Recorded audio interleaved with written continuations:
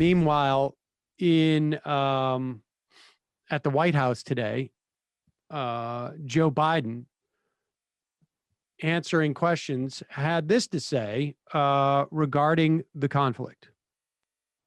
Are you concerned about the violence in the Middle East? And can you talk about what conversations you have had with officials there?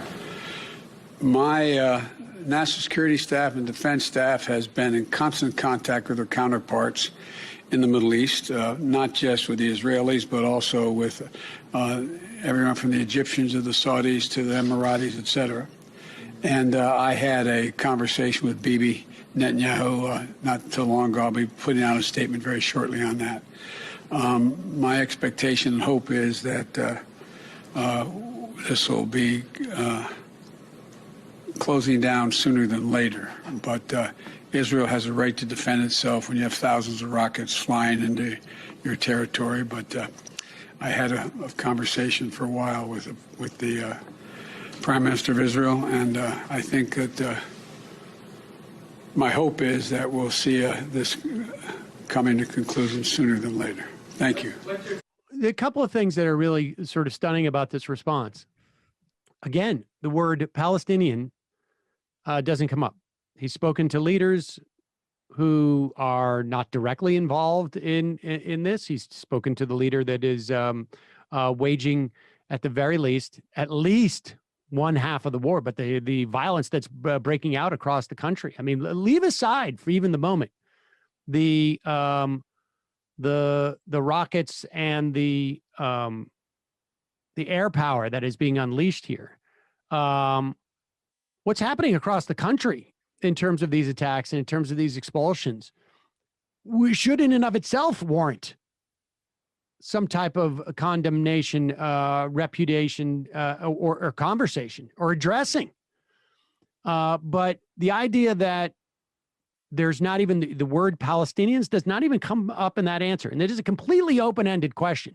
They didn't even say Israel-Palestine in the question. They just said the violence in the Middle East. And the idea that there's not, the word Palestinian doesn't come out of Joe Biden's mouth.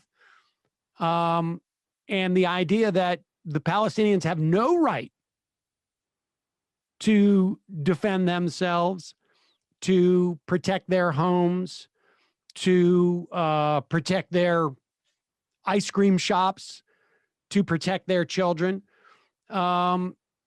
It's just it's sheer insanity. And I don't think that, again, this is one of those situations where I think the American public, and there's going to be a lot more pressure on the Biden administration, I think, than they have anticipated in this circumstance. We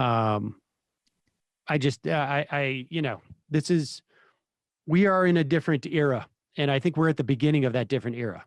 And I 83 people, including 17 children, killed in Gaza. No recognition by Joe Biden. No mention of the Palestinians. No acknowledgement of the power differential. And when,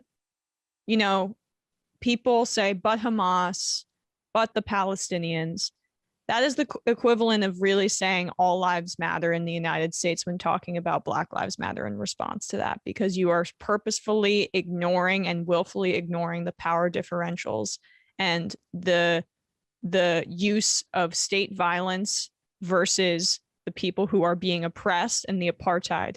I mean, that is the framework with which Joe Biden is operating, and there is systemic racism involved in both of those scenarios. And there is a deep cognitive dissonance in Washington that, Biden pretends to be woke all of a sudden now. But yeah, this includes that too. I mean, you've got to have an international perspective on this. It's like a disgusting statement by Biden, who seemed like he didn't even want to be there. I have no doubt he didn't want to be there.